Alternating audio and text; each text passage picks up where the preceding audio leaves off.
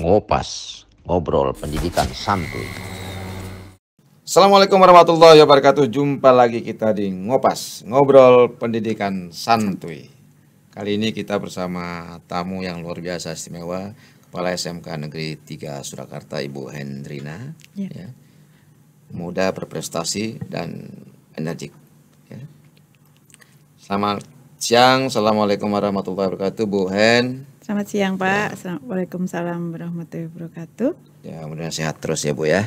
Amin. Ya, ini di SMK Negeri 3 ini suasananya juga luar biasa hebat, menyenangkan ya, dan sesuai dengan program-program yang sudah dikembangkan di SMK Negeri 3 juga. Ya. Siswa-siswanya juga dinamis ya. Luar biasa, energik, punya kreativitas yang luar biasa tinggi. Ya. Ya, ini Bu Hen, jadi kalau kita lihat perkembangan sekarang ya, dengan program-program yang sudah dikembangkan oleh pemerintah, termasuk ada sekolah menyenangkan, lalu ada SMKPK, ada program-program lain juga. Nah, kawan-kawan menyikapinya seperti apa Bu Hen di sini? Teman-teman di SMK Negeri 3 Surakarta, baik Bapak Ibu guru maupun siswa sangat antusias. Ya, untuk Bu Hen sendiri ada rencana ke depan seperti apa Bu untuk SMK Negeri 3? Rencana ke depan inginnya semuanya menjadi SMK pusat keunggulan. Walaupun biasanya yang didanai oleh pemerintah hanya satu, tetapi untuk program keahlian yang lain kita maunya secara mandiri. Mandiri dalam pengertian programnya disusun secara mandiri atau pelaksanaannya secara mandiri?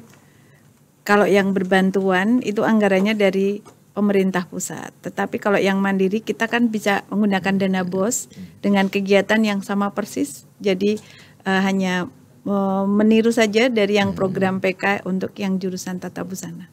Ini kan salah satu yang moto di SMK kita ini kan luar biasa. Tapi di SMK Negeri 3 Surakarta ini apakah alon-alon waton kelakon atau seperti apa? Oh tidak. Di kita tidak alon-alon asal kelakon Pak, walaupun di Solo kita memiliki slogan moncer telu. Ya, moncer dalam penampilan, moncer dalam prestasi, dan moncer dalam pelayanan. Oke, ya. Ini yang menarik ya. Jadi ada 3 moncer ya.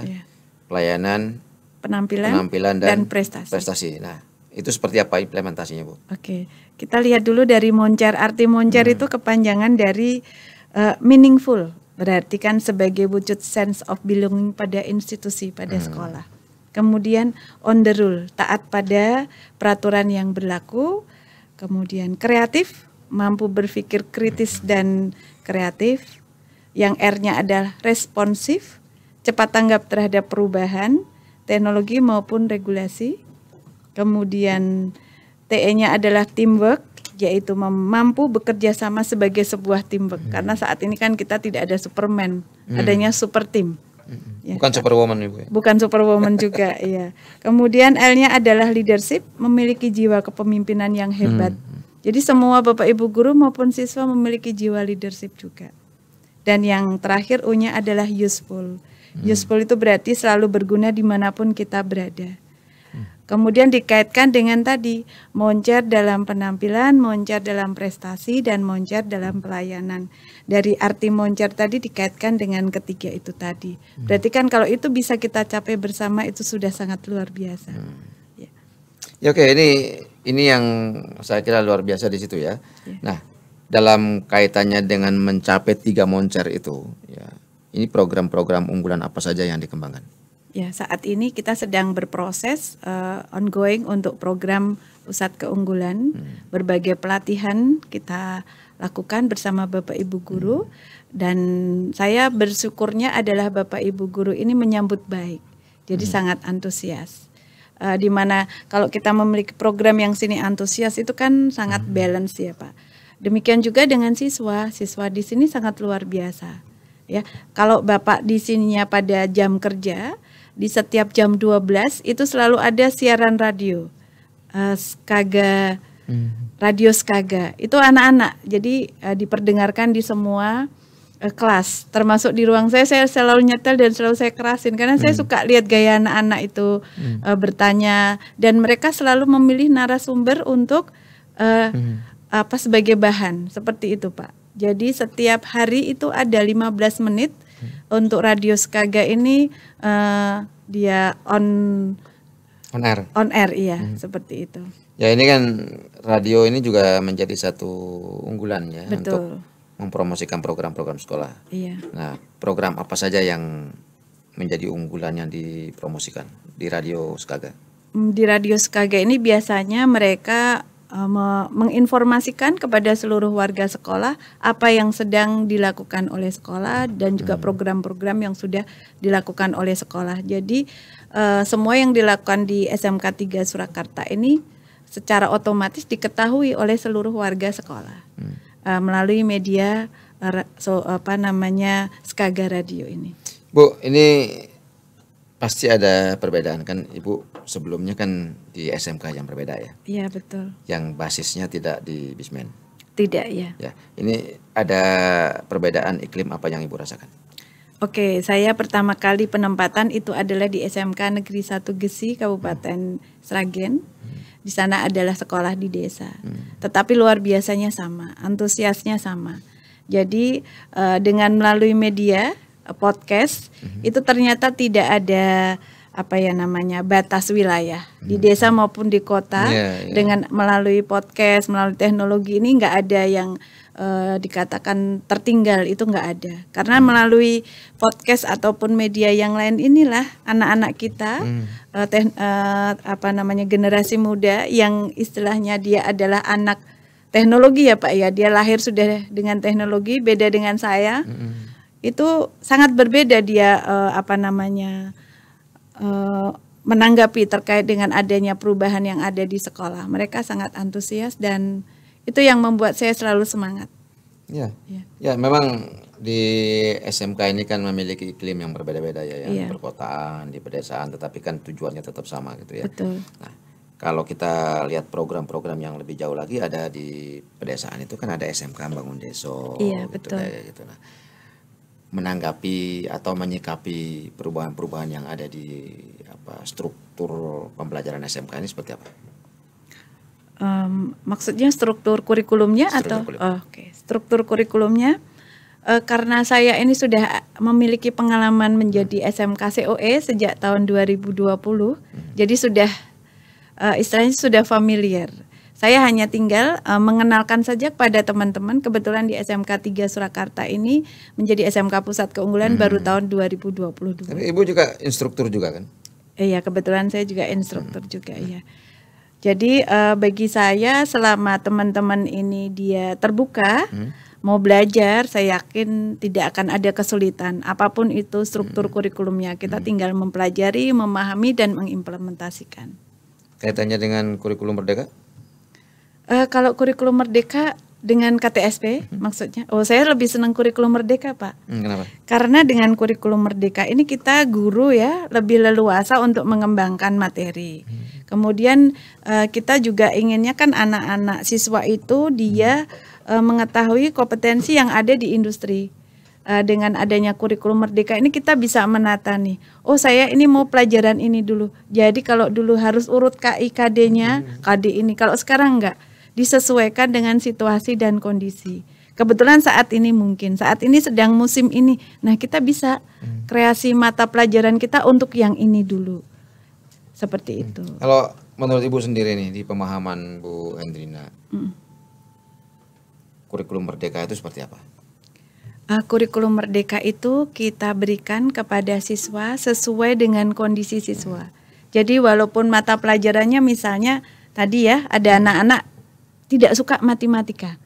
Nah karena matematika mereka mindsetnya adalah di dalam kelas belajar angka-angka. Dengan kreativitas guru di kurikulum Merdeka ini kita bisa membuat siswa yang tidak suka matematika ini menjadi menyenangi dengan cara siswa ini nggak harus berhitung di dalam kelas. Bisa dia kontekstual dikaitkan dengan kehidupan yang ada di kehidupan mereka sehari-hari. Contohnya tata busana. Anak bilang saya nggak suka matematika, dia di jurusan busana. Nggak mungkin Pak, karena di jurusan busana bagaimana dia membuat pola. Itu kan ada hitungannya. Bagaimana mereka mau belanja bahan, itu kan ada hitungan matematika. uang saku pun semuanya pakai hitungan matematika. Sebulan saya diberikan orang tua saya sekian, saya harus cukup, itu sudah matematika kehidupan. Jadi bagaimana kita memberikan pengertian kepada siswa, matematika ini dalam pikirannya bukan matematika ada sinus kosinus, bukan. Matematika ini kan luas, Pak. Nah, disitulah arti dari kurikulum merdeka. Kita bisa mengimplementasikan matematika dalam kehidupan sehari-hari agar siswa ini memahami yang sesungguhnya matematika di kehidupan mereka itu bukan sinus kosinus saja, sangat luas. Mungkin itu. Ya. Ibu Her, Ya. kalau kita bicara soal implementasi kurikulum merdeka, ya, tidak semua guru kita itu paham tentang kurikulum merdeka. Nah, bagaimana Ibu menjembatani perbedaan pemahaman di guru-guru? Ya. Tentunya dengan adanya pelatihan, workshop, diklat, IHT yang semacam itu, dan juga ada namanya apa namanya Pak, PMM ya Pak ya. Dengan seperti itu semuanya aplikasinya sudah disiapkan oleh pemerintah. Guru tinggal membuka melalui belajar ID, dia sudah bisa belajar di situ, semua ada tentang kurikulum merdeka. Dan kita sebagai kepala sekolah tinggal selalu mengingatkan saja, memberikan motivasi agar Bapak Ibu guru ini mau membaca dulu, literasi dulu tentang kurikulum merdeka agar segera bisa mengimplementasikan di dalam pembelajaran mereka. Oke, ini kan banyak sekali model kurikulum yang sudah dikembangkan ya. Ya. Diuji coba di SMK ini. Jadi ini saya kira satu hal yang mungkin guru-guru juga harus kritis ya.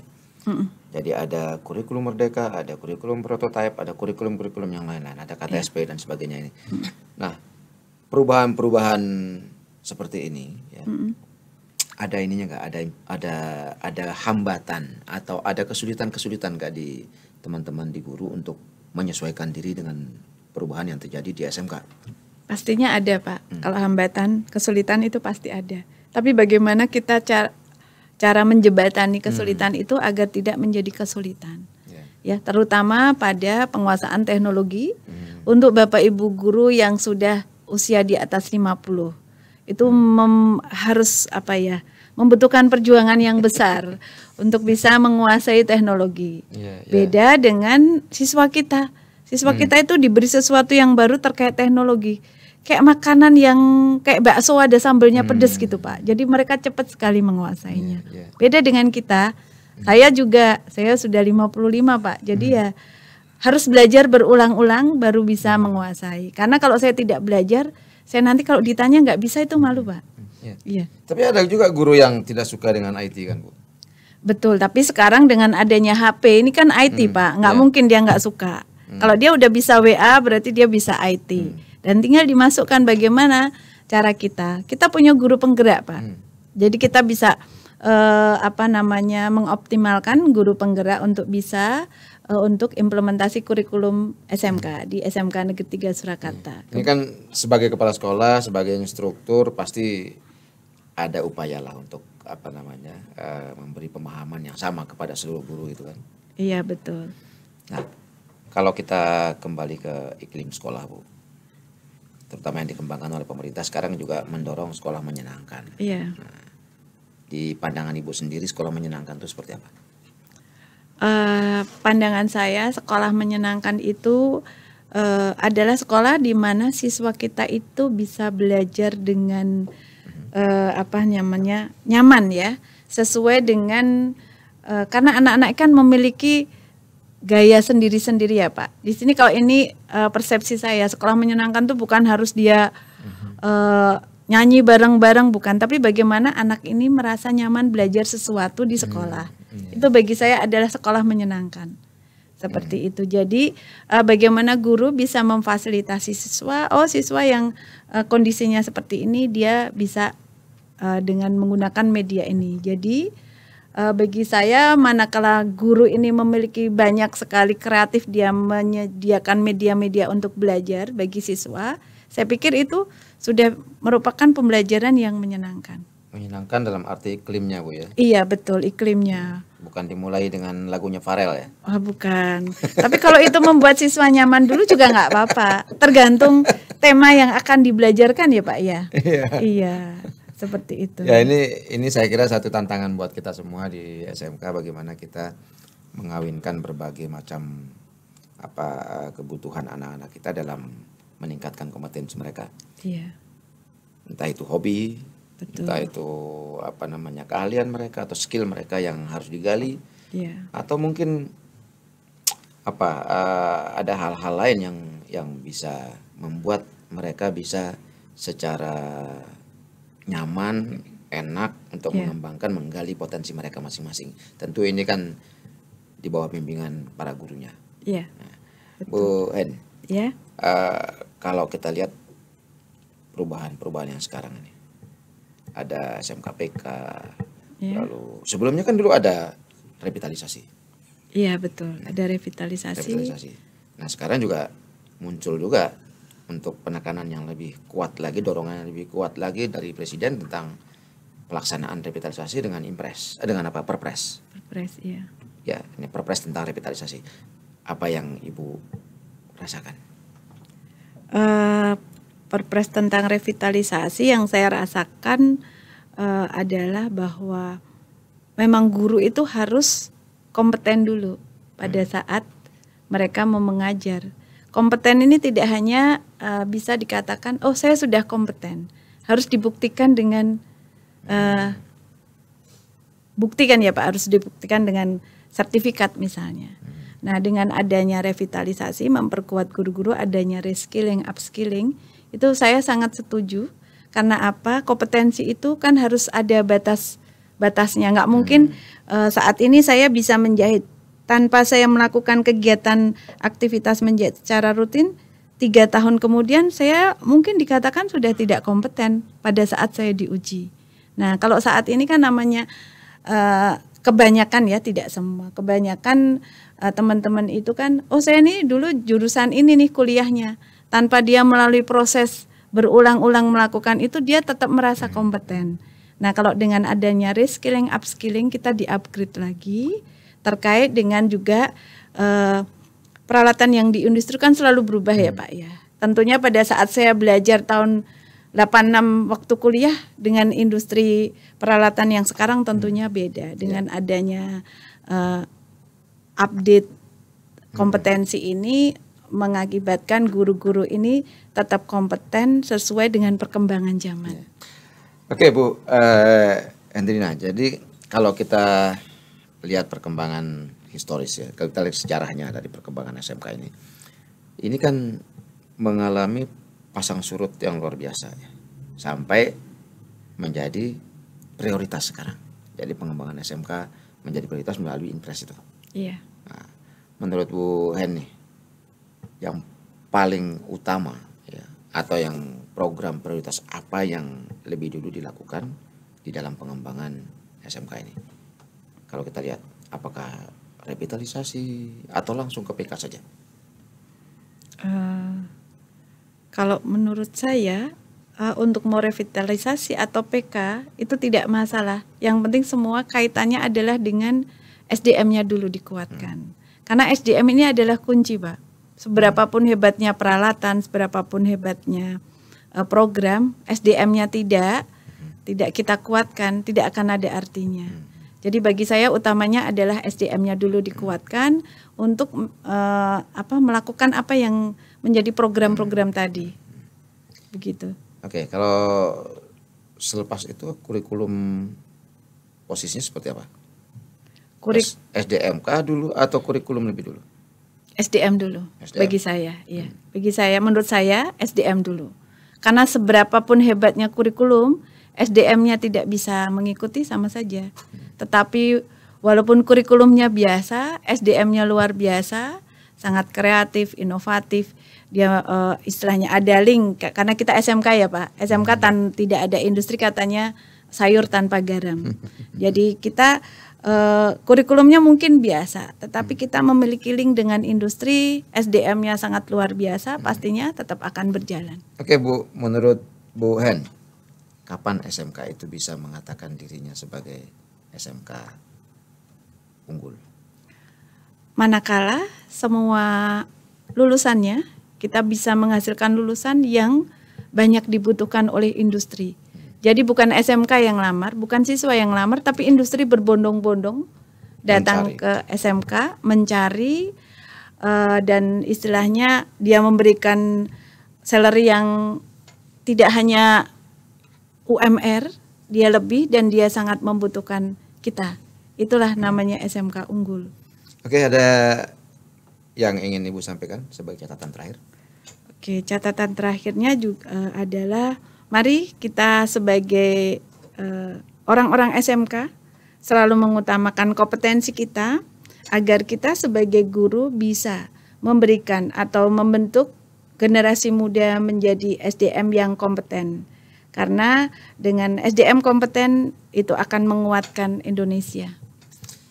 Oke sahabat Ristan dan seluruh pemirsa Ngopas dimanapun Anda berada, bahwa kebijakan pendidikan sangat berpengaruh dalam bagaimana kita mengembangkan potensi anak-anak kita, terutama di SMK.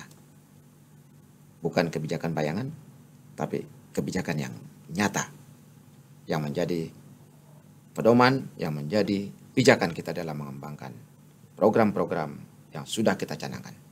Terima kasih, kita akan jumpa lagi di Ngopas berikutnya dengan topik yang tidak kalah menarik. Demikian, Assalamualaikum warahmatullahi wabarakatuh. Waalaikumsalam warahmatullahi wabarakatuh. Ngopas, ngobrol pendidikan santuy.